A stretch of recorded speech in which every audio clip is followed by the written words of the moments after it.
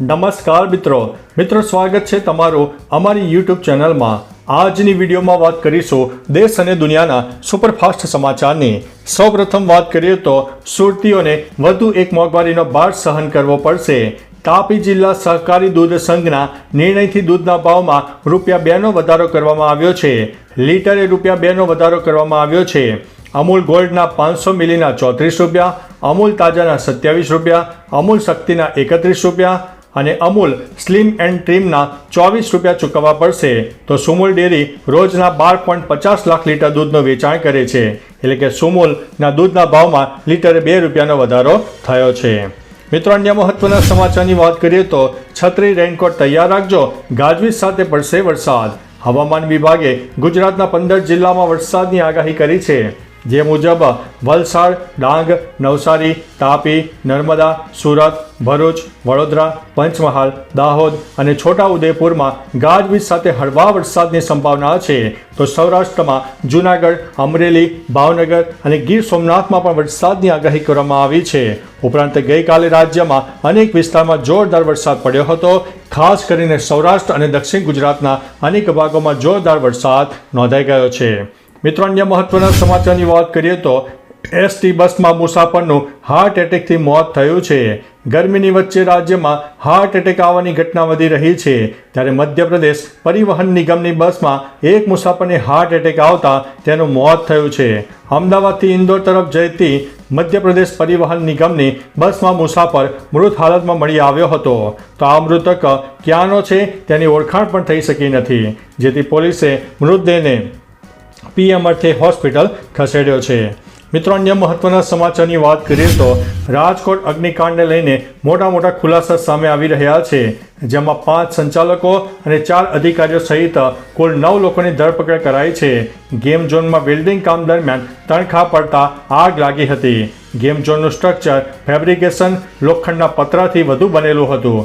સ્ટ્રક્ચરમાં પતરાની દિવાલો સાથે ફોમ શીટની મોટી માત્રામાં ઉપયોગ કરાયો હતો।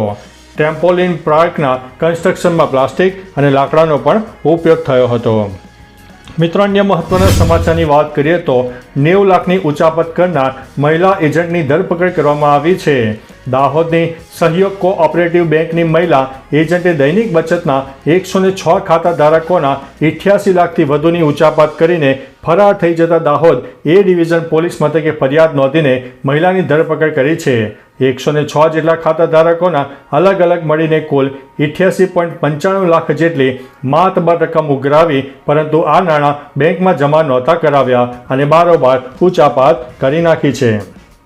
મિત્રો, અન્ય મહત્વના સમાચારની વાત કરીએ તો ચોમાસાનું આગમન, ભારે વરસાદ, રેડ એલર્ટ આપવામાં આવ્યું છે। ચોમાસું ઝડપથી આગળ વધી રહ્યું છે, જેના કારણે દક્ષિણ ભારત અને મહારાષ્ટ્રના ઘણા વિસ્તારોમાં ભારે વરસાદ થયો છે। હવામાન વિભાગે મહારાષ્ટ્રના સિંધુદુર્ગમાં ભારે વરસાદ માટે રેડ એલર્ટ આપ્યું છે। રત્નાગીરીમાં ઓરેન્જ એલર્ટ અને પાલઘર, ઠાણે, મુંબઈ અને રાયગઢ માટે યલો એલર્ટ આપવામાં આવ્યું છે। હવામાન વિભાગે આ વિસ્તારોમાં ગાજવીજ, વીજળી અને તીવ્ર પવન સાથે વરસાદની આગાહી કરી દીધી છે। મિત્રો, અન્ય મહત્વના સમાચારની વાત કરીએ તો પાલનપુરનો કોટ વિસ્તાર કોલેરાગ્રસ્ત જાહેર કરવામાં આવ્યો છે। ઠેર ઠેર ગંદકી જોવા મળી રહી છે। પાલનપુર કોટ વિસ્તારમાં વધુ 19 ઝાડા ઉલટીના કેસથી તંત્રએ કોલેરા નિયંત્રણમાં લેવા રાજગઢી ટાંકીનું પાણી બંધ કર્યું, છતાં કેસ અંકુશમાં આવ્યો નથી। શહેરમાં ઠંડા પીણા સહિતની રેકડીઓ બંધ કરાવ્યા બાદ પણ કેસમાં સતત વધારો થઈ રહ્યો છે। તંત્રની ટીમ અલગ વિસ્તારોમાં મુકાઈ છે, છતાં ગંદકી યથાવત છે। દિવસે ને દિવસે પાલનપુર કોટ અંદરના વિસ્તારમાં વધતા કેસોને લઈને શહેરીજનોમાં ફફડાટ વ્યાપી ગયો છે। મિત્રો, અન્ય મહત્વના સમાચારની વાત કરીએ તો વડોદરા શહેરના વાસણા રોડ વિસ્તારમાં આવેલા જેટકોના 66 kV સબ સ્ટેશનના બસ કપલરમાં લાગેલી આગના કારણે વીજ પુરવઠો ખોરવાયો હતો અને આ વિસ્તારના લગભગ 1 લાખ લોકો કલાકો સુધી વીજ પુરવઠા વગર કાળઝાળ ગરમીમાં હેરાન પરેશાન થયા હતા। વીજ કંપનીના સૂત્રોના કહેવા પ્રમાણે સાંજે 7 વાગ્યે જેટકોના સબસ્ટેશનમાં ધડાકા સાથે આગ લાગી હતી। તેના કારણે વાસણા રોડ વિસ્તારના 8 જેટલા વીજ ફીડરો પરના 40,000 જેટલા ઘરો, દુકાનો અને શોરૂમોમાં વીજ પુરવઠો ખોરવાયો હતો અને અસહ્ય ઉકળાટ પણ નોંધાઈ ગયો હતો। મિત્રો, અન્ય મહત્વના સમાચારની વાત કરીએ તો સુરતમાં મોટા વરાછામાં કારે રોડની સાઈડે બેઠેલા 7 વ્યક્તિને અડફેટે લેતા પિતા અને પુત્ર સહિત 3ના મોત થયા છે. સુરતમાં મોડી રાતની ઘટના હતી. અમદાવાદના તથ્યકાંડની યાદ હવે તાજી થઈ ગઈ છે. ગર્ભવતી મહિલા સહિત 4ને ગંભીર ઈજા થઈ છે. દુખિયાના દરબાર પાસે ખુલ્લી જગ્યામાં પરિવારજનો વાતચીત કરતા હતા ત્યારે બેફામ બનેલી કારે આ 3 બધાને અડફેટે લીધા હતા, જેમાં પિતા પુત્ર સહિત 3 વ્યક્તિઓના મોત થયા છે. મિત્રો, અન્ય મહત્વના સમાચારની વાત કરીએ તો સુરતમાં નવસારીથી ડીસા બસમાં જઈ રહેલા યુવાનને અડાલજ પાસે ઠંડુ પીણું પીવડાવીને બેભાન કરીને ગઠિયાએ સોનાની ચેન, મોબાઈલ, વીંટી અને રોકડ 21,000 રૂપિયા મળીને 2.65 લાખ રૂપિયાની મત્તા ચોરી લીધી હતી. બેભાન અવસ્થામાં યુવાનને સારવાર માટે ખસેડાયો હતો અને ત્યારબાદ તેને આ ઘટના પ્રકાશમાં આવતા અડાલજ પોલીસ મથકમાં ગુનો નોંધવામાં આવ્યો છે. મિત્રો, અન્ય મહત્વના સમાચારની વાત કરીએ તો ગાંધીનગર શહેર તેમજ આસપાસના વિસ્તારમાં ઘરફોડ ચોરીની ઘટનાઓ દિવસે ને દિવસે વધી રહી છે.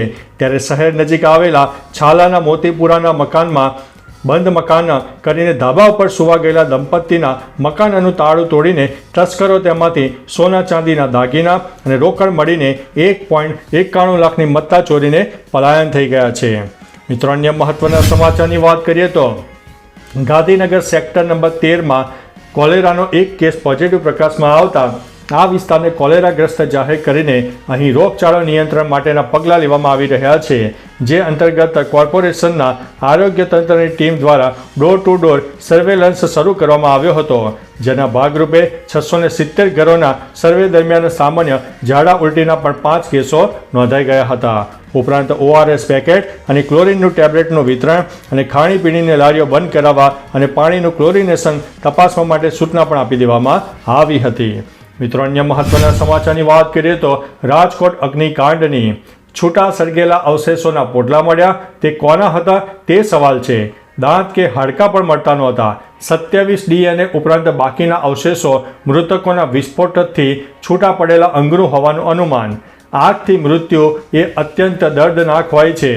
સેપ્ટિક શોક પહેલાં ન્યુરોલોજિકલ શોકથી એટલે કે પીડા એટલી અસહ્ય હોય છે કે તેનાથી જ માણસનું મોત થઈ જાય છે. હાડકાં પણ ન મળે એટલી હદે કેટલાક માણસો જીવતા સળગી ગયા. તે દ્રશ્ય કંપાવી છૂટાવી દે તેવા હતા.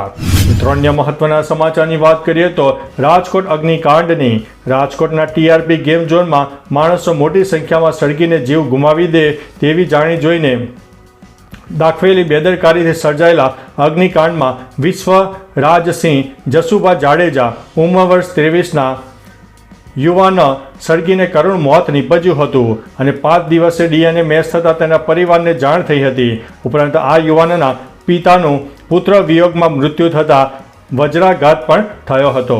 એટલે કે રાજકોટમાં ગુનાહિત બેદરકારીએ અનેક ઘરો ઉજાડ્યા છે. નોકરીનો પહેલો દિવસ વિશ્વજીત માટે જિંદગીનો અંતિમ દિવસ બની ગયો હતો.